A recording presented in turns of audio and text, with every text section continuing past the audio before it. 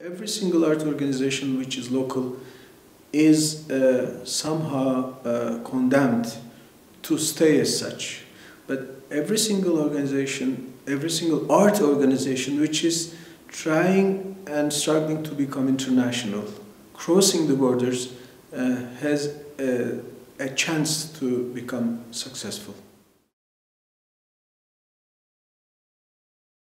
It's no doubt created a big demand on, let's say, the world level. I mean the world and not the globe itself, because globe means somehow and takes us to the idea of a sphere, whereas the world is a place which is much more diversified than a simple sphere.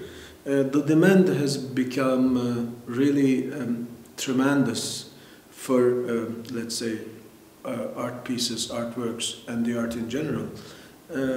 And especially the demand has been focused on localized products such as Chinese art, African design, and things like that. So we can say that on the one hand, the demand itself, let's talk about the multinational auction houses, for instance, it became huge compared with 3 decades ago. So we can tell that the demand on the global side, in this case, has become much more bigger than we have thought of. Just to mention an example, the case of the Greek composer Eleni Karaindrou, who was at the same time the soundtrack composers of the Greek director Theo Angelopoulos, who just passed away, who was asked about the influence of Byzantine music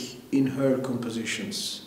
And she said, if I am well rooted enough in my own reality, and if my compositions are, let's say, good enough, the Byzantine, let's say, music should be inherent to it. I don't need to put or include motifs in my compositions. I think this could be a way to illustrate that you don't necessarily need to display local colors to be seriously local, or let's say just show off pieces of your identity to become really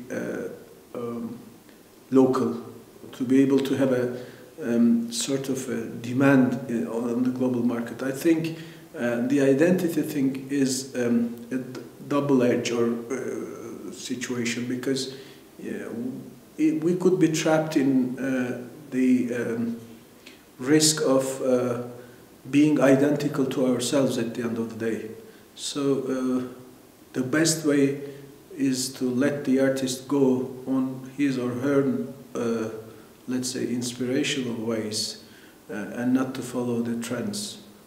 The current situation favors the independence, but independence means also being genuinely creative. If you are a simple follower, you don't have the chance to come up with a decent success. So what I could say that in a world like this, trying to find new ways of expression and trying to freely express them is much more important than arguing on the media and the channels of communication and expression.